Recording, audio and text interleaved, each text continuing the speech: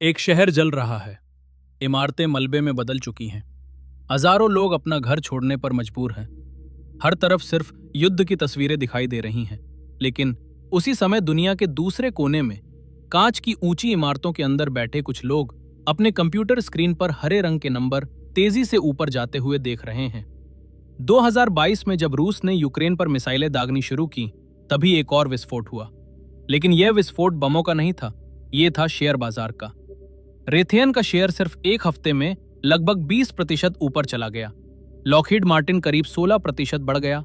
Northrop ग्रमन भी 11% उछल गया। जब पूरी दुनिया युद्ध देख रही थी, तब कुछ कंपनियां इतिहास की सबसे तेज कमाई कर रही थीं। ये वीडियो इस बारे में नहीं है कि युद्ध किसने शुरू किया या कौन जीत रहा है। ये वीडियो उस सवाल के बारे में है, युद्ध से सबसे ज्यादा पैसा कौन कमाता है। और एक बार अगर आपने इस सिस्टम को समझ लिया, तो शायद आप कभी भी दुनिया को पहले जैसी नजरों से नहीं देख पाएंगे। आइए एक संख्या से शुरुआत करते हैं। 679 बिलियन डॉलर, यानी लगभग 56 लाख करोड़ रुपए। सिर्फ 2024 में दुनिया की 100 सबसे बड़ी हथियार बनाने वाली कंपनियों ने इतनी कमाई की। ध्यान रहे, ये 10 साल की कमाई नहीं है। ये द्वितीय विश्व युद्ध के बाद की कुल कमाई भी नहीं है। ये सिर्फ एक साल का आंकड़ा है। Stockholm International Peace Research Institute यानी सिप्री के अनुसार यह अब तक का सबसे बड़ा रिकॉर्ड है। और सबसे दिलचस्प बात, जब भी दुनिया में कोई बड़ा युद्ध शुरू होता है, ये आंकड़े हर साल और ऊपर चले जाते हैं। अब सवाल है, इस सूची में सबसे ऊपर कौन है?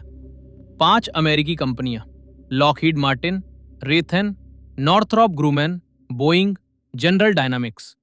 सिर्फ इन अमेरिकी कंपनियों ने 2023 में हथियारों से 318 बिलियन डॉलर से ज्यादा की कमाई की, यानी पूरी दुनिया के हथियार कारोबार का आधे से भी ज्यादा हिस्सा। अमेरिका सिर्फ सैन्य ताकत में ही नहीं, सैन्य कारोबार में भी दुनिया का सबसे बड़ा खिलाड़ी है। लेकिन कहानी यहीं खत्म नहीं होती। 2021 से 2024 के बीच, यानी ठीक उसी समय जब यूक्रेन युद्ध की आग में जल रहा था और गाजा लगातार तबाही देख रहा था, रेथेन की पेरेंट कंपनी RTX की कमाई 64 बिलियन डॉलर से बढ़कर 80 बिलियन डॉलर से भी ऊपर पहुंच गई। नॉर्थरॉप ग्रूमैन की आय 36 बिलियन डॉलर से बढ़कर 41 बिलियन डॉलर हो गई। जनरल डायनामिक्स ने 47.7 बिलियन डॉलर का रिकॉर्ड बनाया। सिर्फ 3 साल में लगभग 25% की वृद्धि। ये कोई सामान्य बिजनेस ग्रोथ नहीं है। ये ऐसी कंपनियां हैं जिनका बिजनेस मॉडल दुनिया की अस्थिरता से जुड़ा हुआ है। और इसी संदर्भ में पेंटागन के एक विश्लेषक की कही गई एक लाइन बेहद चर्चित है, पीस इज नॉट प्रॉफिटेबल, यानी शांति से उतना पैसा नहीं कमाया जा सकता जितना युद्ध से। और यहीं से शुरू होती है युद्ध की असली अर्थव्यवस्था। अब आप शायद सोच रहे होंगे, युद्ध होता है, सरकारें हथियार खरीदती हैं, कंपनियां हथियार बनाती हैं, ये तो सामान्य व्यापार है ना? लेकिन कहानी इससे कहीं ज्यादा गहरी है। ये कंपनियां सिर्फ युद्ध का इंतजार नहीं करती, ये उस सिस्टम का हिस्सा हैं जो तय करता है कि किसे फंड मिलेगा, कौन सा हथियार खरीदा जाएगा, किस देश को सैन्य सहायता भेजी जाएगी और सरकार की प्राथमिकताएं क्या होंगी। 2023 में अमेरिका की 5 सबसे बड़ी रक्षा कंपनियों ने मिलकर 60 मिलियन डॉलर से ज्यादा पैसा लॉबिंग पर खर्च किया, यानी विज्ञापन पर नहीं, रिसर्च पर नहीं, बल्कि नेताओं और नीति निर्माताओं को प्रभावित करने पर। अब एक दिलचस्प उदाहरण देखिए। लॉकहीड मार्टिन सिर्फ F-35 लड़ाकू विमान नहीं बनाती, उसके पार्ट्स अमेरिका के 45 अलग अलग राज्यों में बनाए जाते हैं। इसका मतलब लगभग हर राज्य में हजारों नौकरियां इसी प्रोजेक्ट पर निर्भर हैं। और जब किसी राज्य की अर्थव्यवस्था किसी रक्षा कंपनी पर निर्भर हो, तो वहां के नेता उस कंपनी के नए ऑर्डर रुकने नहीं देना चाहेंगे। ये कोई षड्यंत्र सिद्धांत नहीं है, ये एक बिजनेस मॉडल है, एक कानूनी रणनीति। लेकिन सबसे चौंकाने वाली बात, ये सब आज नहीं शुरू हुआ। इसकी चेतावनी 1961 में ही दे दी गई थी। 1961, एक राष्ट्रपति की आखिरी चेतावनी। 17 जनवरी 1961, व्हाइट हाउस। अमेरिका के राष्ट्रपति ड्वाइट डी आइजनहावर अपना विदाई भाषण दे रहे थे। ये वही व्यक्ति थे जिन्होंने द्वितीय विश्व युद्ध में मित्र देशों की सेना का नेतृत्व किया था। एक सैनिक, एक जनरल और फिर एक राष्ट्रपति। अपने आखिरी भाषण में उन्होंने कहा, हमें मिलिट्री इंडस्ट्रियल कॉम्प्लेक्स के बढ़ते प्रभाव से सावधान रहना होगा। ये लोकतंत्र के लिए एक गंभीर खतरा बन सकता है। सोचिए, जिस व्यक्ति ने हिटलर को हराने वाली सेना का नेतृत्व किया, वो दुनिया को बाहरी दुश्मन से नहीं, बल्कि अपने ही सिस्टम से सावधान रहने की चेतावनी दे रहा था। 1961 में कही गई ये बात आज पहले से कहीं ज्यादा सच दिखाई देती है। आज वही उद्योग एक साल में $679 बिलियन की कमाई कर चुका है, और शायद आइजनहावर सही थे, लेकिन किसी ने उनकी बात नहीं सुनी। अगर आपको समझना है कि युद्ध की अर्थव्यवस्था वास्तव में कैसे काम करती है, तो आपको इराक को समझना होगा। 19 मार्च 2003 अमेरिका के नेतृत्व वाले गठबंधन ने इराक पर हमला किया, लेकिन हैरानी की बात यह है कि युद्ध शुरू होने के कुछ ही हफ्तों के अंदर तेल के कुओं पर कब्जा होने से पहले, धूल बैठने से पहले अरबों डॉलर के कॉन्ट्रैक्ट तैयार हो चुके थे। सबसे आगे थी हैलिबर्टन और उसकी सहायक कंपनी केबीआर। केबीआर को बिना किसी प्रतियोगिता के लगभग $7 बिलियन का सरकारी कॉन्ट्रैक्ट मिला। कोई बोली नहीं, कोई प्रतिस्पर्धा नहीं, सीधे काम। उस समय अमेरिकी सेना की वरिष्ठ खरीद अधिकारी बनटाइन ग्रीनहाउस ने कांग्रेस के सामने गवाही देते हुए कहा, अपने पूरे करियर में मैंने इससे बड़ा और अनुचित कॉन्ट्रैक्ट दुरुपयोग कभी नहीं देखा। इसके बाद उन्होंने अपनी नौकरी खो दी। लेकिन असली कहानी अभी बाकी है। कॉस्ट प्लस कॉन्ट्रैक्ट, जितना खर्च उतना ज्यादा मुनाफा। केबीआर को जो कॉन्ट्रैक्ट मिला वो एक सामान्य कॉन्ट्रैक्ट नहीं था, वो था कॉस्ट प्लस कॉन्ट्रैक्ट। इसका मतलब कंपनी जितना खर्च करेगी, सरकार वो पूरा पैसा वापस देगी और उसके ऊपर एक निश्चित मुनाफा भी देगी। यानी जितना ज्यादा खर्च उतना ज्यादा लाभ। कल्पना कीजिए, अगर किसी को ज्यादा खर्च करने पर इनाम मिले तो क्या वो खर्च कम करेगा? कांग्रेस की जांच में सामने आया कि हैलिबर्टन ने ईंधन की सप्लाई में पेंटागन से जरूरत से ज्यादा पैसे वसूले। लगभग $1.4 बिलियन की बिक्री पर $200 मिलियन से अधिक मुनाफा। ऐसे भोजन का बिल बनाया गया जो कभी परोसे ही नहीं गए। ऐसी सुविधाओं का भुगतान लिया गया जो कभी बनी ही नहीं। ऐसे उपकरणों का पैसा लिया गया जो कभी पहुंचे ही नहीं। और परिणाम? कुछ जुर्माने, कोई अपराध स्वीकार नहीं, और कॉन्ट्रैक्ट जारी रहे।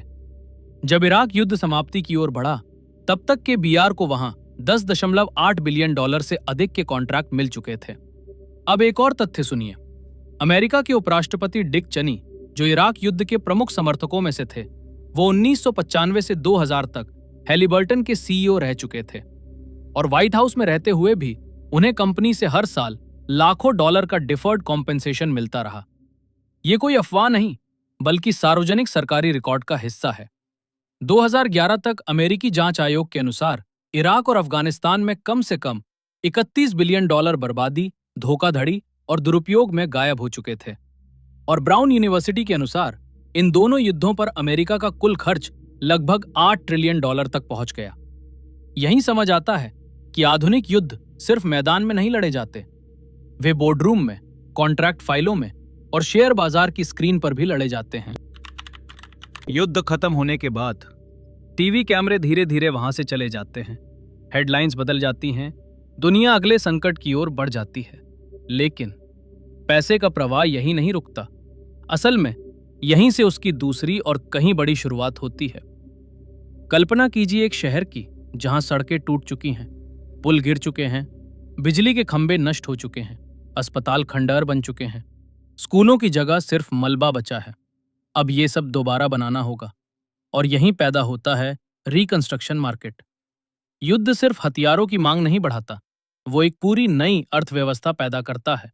नई सड़कें, नए पुल, नई बिजली लाइनें, नई पानी की व्यवस्था, नए सरकारी भवन, नए एयरपोर्ट, नए अस्पताल, सब कुछ फिर से बनाया जाता है, और इन सब के पीछे अरबों डॉलर के कॉन्ट्रैक्ट होते हैं। इराक और अफगानिस्तान में युद्ध के शुरुआती 2 वर्षों में ही 70 से अधिक अमेरिकी कंपनियों को लगभग $8 बिलियन तक के पुनर्निर्माण अनुबंध मिले।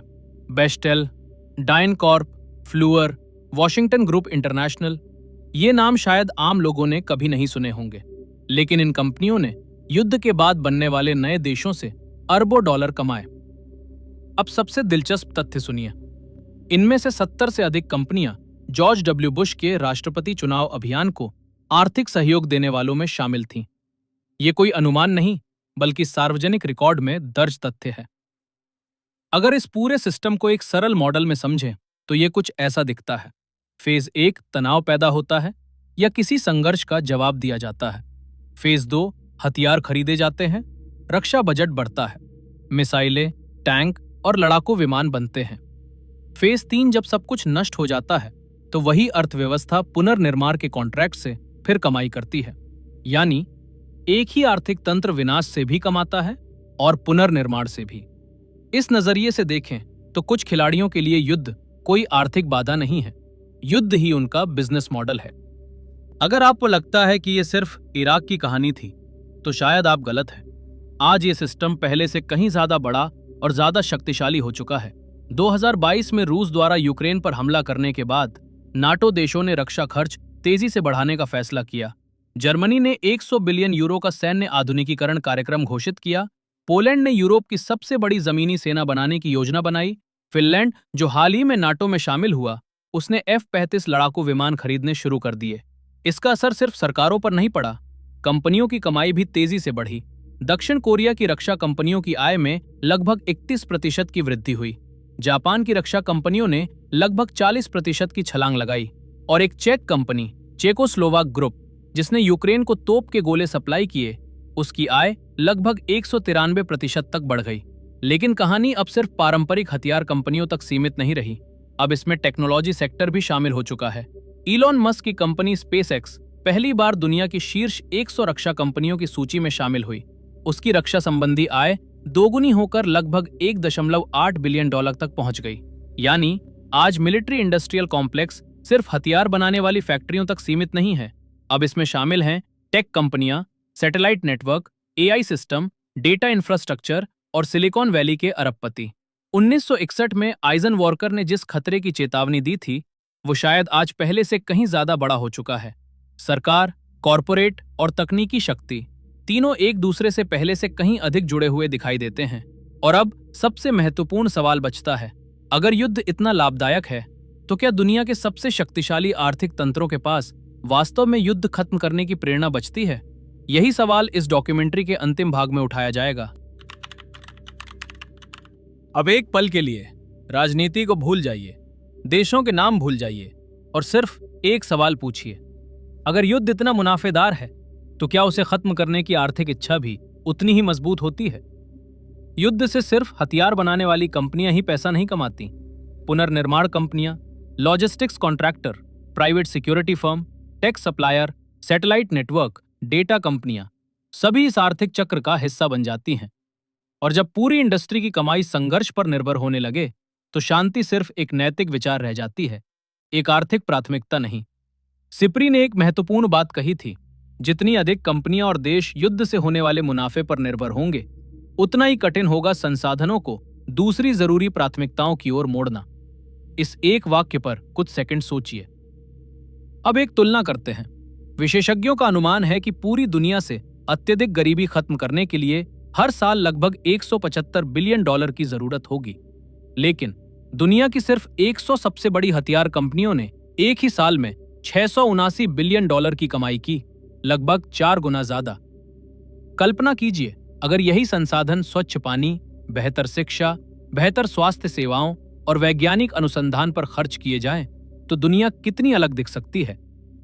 1961 में आइजनहावर ने कहा था, एक लड़ाकू विमान की कीमत इतनी है कि उससे हजारों परिवारों का भविष्य बदला जा सकता है। आज एक F-35 लड़ाकू विमान की कीमत $80 मिलियन से भी ज्यादा है और पूरे F-35 प्रोग्राम की अनुमानित लागत लगभग $1.7 ट्रिलियन। एक अकेला हथियार कार्यक्रम $1.7 ट्रिलियन। अब एक बात बिल्कुल स्पष्ट कर दूं, ये वीडियो ये नहीं कहता कि हर रक्षा खर्च गलत है, ये नहीं कहता कि हर युद्ध अनावश्यक है, और ये भी नहीं कहता कि देशों को अपनी सुरक्षा नहीं करनी चाहिए। लेकिन ये जरूर कहता है कि युद्ध की अर्थव्यवस्था कभी तटस्थ नहीं होती। ये कोई दुर्घटना नहीं, ये कोई साइड इफेक्ट नहीं, ये एक ऐसा सिस्टम है जो खुद को लगातार मजबूत करता रहता है। एक ऐसा सिस्टम जिसमें खरबों डॉलर के आर्थिक प्रोत्साहन मौजूद है और जिसने दशकों में सरकारों, उद्योगों और वित्तीय संस्थानों को इतनी गहराई से जोड़ दिया है कि कई बार सैन्य नीति और कॉरपोरेट हितों के बीच की रेखा धुंधली हो जाती है। आइजनहावर ने कहा था, गलत हाथों में शक्ति का खतरा हमेशा बना रहेगा। सवाल यह है, क्या हम आज उसी दौर में जी रहे हैं? हर युद्ध की एक मानवीय कहानी होती है। कहीं एक सैनिक अपनी जान देता है, कहीं एक बच्चा अपना घर खो देता है, कहीं एक परिवार हमेशा के लिए बिखर जाता है। लेकिन इन सब के पीछे एक और कहानी चल रही होती है, एक ऐसी कहानी जो न्यूज़ चैनलों की सुर्खियों में कम दिखाई देती है। पैसे की कहानी। आधुनिक इतिहास का लगभग हर बड़ा युद्ध एक जैसा पैटर्न दोहराता है। पहला बम गिरता है और शेयर ऊपर चढ़ने लगते हैं।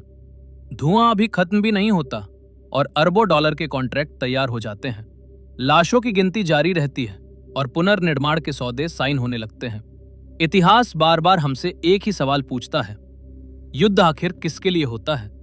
इस सवाल का जवाब शायद किसी नेता के भाषण से ज्यादा जटिल है और शायद उससे कहीं ज्यादा लाभदायक भी। अगर आप उन आर्थिक और राजनीतिक सिस्टम्स को समझना चाहते हैं जो हमारी दुनिया को पर्दे के पीछे से चलाते हैं, तो ओरिजिन एक्स को सब्सक्राइब करें।